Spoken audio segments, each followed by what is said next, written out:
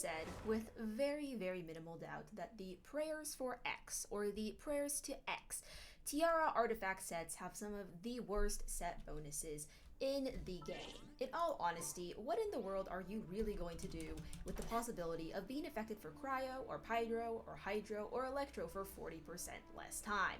I suppose in specific domains for the leyline disorders it could be useful, but overall, they're really not worth it.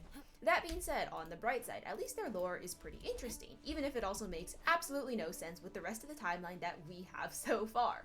So, essentially, in each Prayers Do X, or Tiara of Blank set, we see that there is a cyclical nature of humanity. So I suppose the one it makes the most sense to call first is the Cryo Artifact set. So that's the Tiara of Frost, and we can see... Scrolling.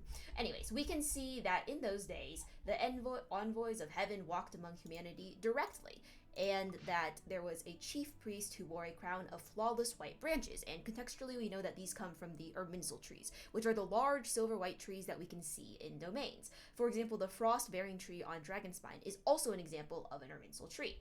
However, we also see this interesting information about the cyclical nature of the earth, eternity, and prosperity, and that in these days, people of the land heard revelations from Celestia directly. It's interesting that, as far as I know, this is the only tiara that directly calls it Celestia, as compared to the heavens, and we see that the envoys of the gods were direct. However, we also know that at the end of this set, life was weak, earth was blanketed in unending ice, etc.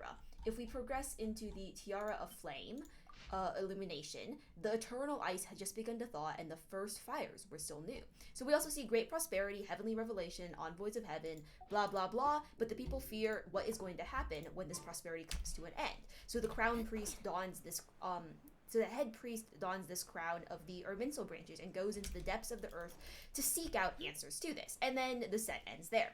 However, if we go into Tiara of Torrent, which is the Hydro Tiara, we then see that the first rain had begun to fall and ended the fire, and that in these days, again, the envoys of heaven walk among humanity directly, but the same cycle happens. Tiara of Torrent especially is unique because it talks about how 100 years of destiny and prosperity were written in the stars. It bears a surprising amount of similarity to the Year of Jubilee mentioned in Before Sun and Moon, which also talks about how prosperity was written in the stars, there would be no famine, etc., etc., and there's a lot of similarities in the wording. However, that said, due to the cyclical nature of humanity being what is seemingly wiped out every single time as the priests go down into the depths of the earth to seek answers, it doesn't make sense that this would not be mentioned in Before Sun and Moon.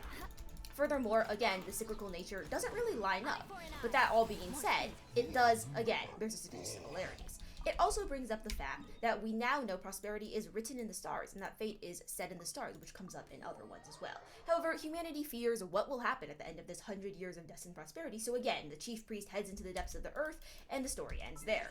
The fourth and final tiara is the one involving Electro, which tells us that the thunders had begun, the rains were draining away, however it's phrased. It's not really that important, but the point is it follows directly after the Tiara of Torrents.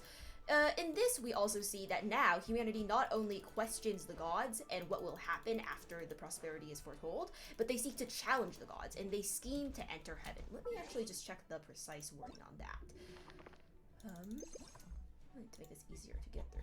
In any case, it represents a divergence from the typical pattern, which is that they question if prosperity will last forever, and then they go down to the depths, although there's only two of those. In any case, let's see. Perfect. They scheme to enter the Garden of the Gods, and questioning eternity, forbidden, challenging sky, etc., also forbidden. The difference is that this time we also see that they go forth to appease the divine envoys when they venture into the depths, as compared to seeking answers. Although they also seek the hidden wisdom of the silver tree in the ancient capital, and again, that's most likely an Irminsul tree.